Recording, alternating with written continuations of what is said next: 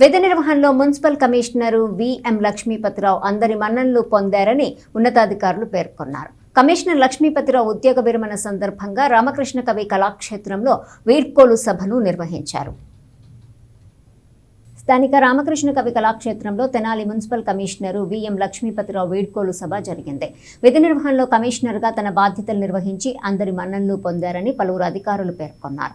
ఆయన శేష జీవితం సంతోషంగా గడపాలని ఆకాంక్షించారు. కమిషనర్ లక్ష్మీపతిరావు దంపతులను అభినందించిన వారిలో చైర్పర్సన్ తాడిపైన రాధిక, రమేష్, కౌన్సిలర్లు, tahsildar KV Gopalakrishna, 3 town CI Ramesh Babu, అధికారులు, సిబ్బంది, నాయకులు, శ్రేయోభిలాషులు, అభిమానులు పాల్గొని కమిషనర్ లక్ష్మీపతిరావు దంపతులను ఘనంగా సత్కరించారు. ఆర్డీఎంఏ గారిని అలాగే నువ్వేనా కౌన్సిలర్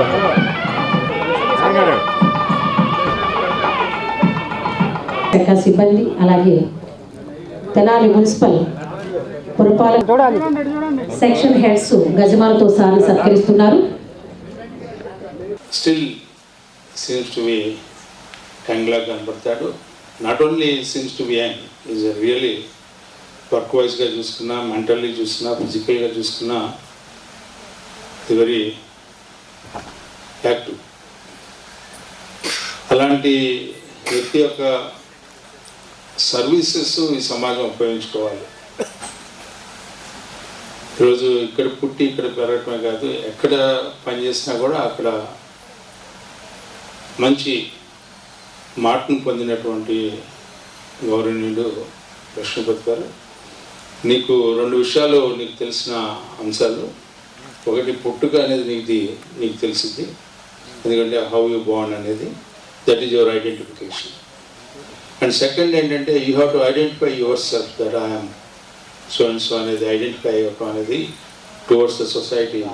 అది రెండోది, నీ వల్ల నీకు జరిగినటువంటి, నీ జీవితంలో సాధించినటువంటి Lakshmipathi retired as a commissioner అనేది యూ అచీవ్డ్ ఇట్. ఆ రకమైనటువంటి రెండో అంశం. మూడోది నేనేం కోరుకుంటున్నానంటే, ఈ రెండింటికి సంబంధించి ఇవాళ సమాజం నిన్ను గుర్తించాల్సినటువంటి అవసరం ఉంది అని అనుకుంటున్నాను. అది కూడా ఈ సమాజం నిన్ను గుర్తిస్తుంది అని చెప్పి, సమాజంలో ఒక నిజమైనటువంటి భాగస్వామిగా నీ జీవితం ఉండాలని చెప్పి కోరుకుంటూ నాకు ఈ అవకాశం.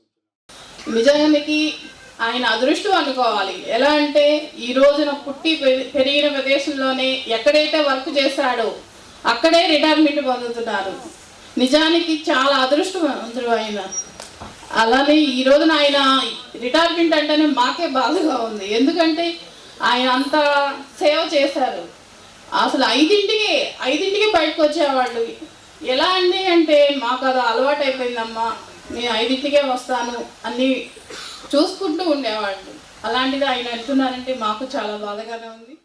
పూర్తిగా నా జీవితంలో నేనేంటంటే, ఏ పనైనా ఏది మనం చేయాలనుకున్నప్పుడు మనం సమర్థవంతంగా చేయాలనేది నా కాన్సెప్ట్ పెట్టుకునేవాడిని.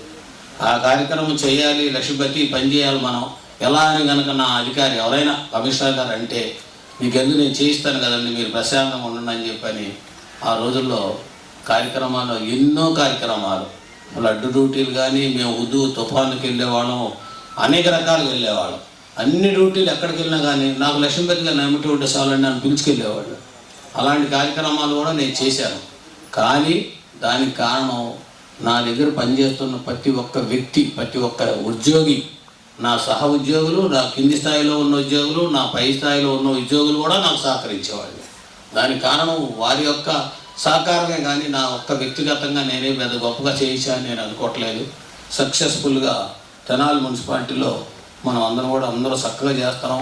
మా ఆర్డీఎంఏ గారికి కూడా తెలుసు తెనాలి అనగా ఆయన ఎప్పుడు తెనాలి గురించి ఎప్పుడు టీసీ తీసుకున్నప్పుడు తెనాలి ఏదైనా అడుగుతారేమో అనుకుంటా, ఏం అడిగేవాళ్ళు కాదు. ఎందుకంటే తెనాలి చేస్తారు అనే నమ్మకం ఆయనకి, ఆర్డీఎంఏ గారికి ఉంటుంది. అందుకు ఆయన ఫీడ్బ్యాక్ ఉంటుంది అలాగే. కాబట్టి అది మనం ఎప్పుడు కూడా నిలబెట్టుకొని చక్కగా పనిచేసుకోవాలనేది మాత్రమే నేను చెప్పగలిగాను. అట్లాగే మీ అందరూ ఈరోజు నన్ను ఆశీర్వదించడానికి వచ్చారు.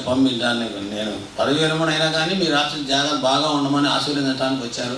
దాన్ని మీ అందరికీ ధన్యవాదాలు. చాలామంది మిత్రులు వచ్చారు, కుటుంబ సభ్యులాగా నన్ను ఆదరించే వాళ్ళు వచ్చారు. అలాగే మంచి పిల్లలు, సెక్రటరీలు కానీ వాళ్ళందరూ కూడా చిన్నపిల్లలు, వాళ్ళందరూ పని నేర్చుకొని చక్కగా బాగా అభివృద్ధి పదంలో ఉండాల్సిన వాళ్ళు వచ్చారు.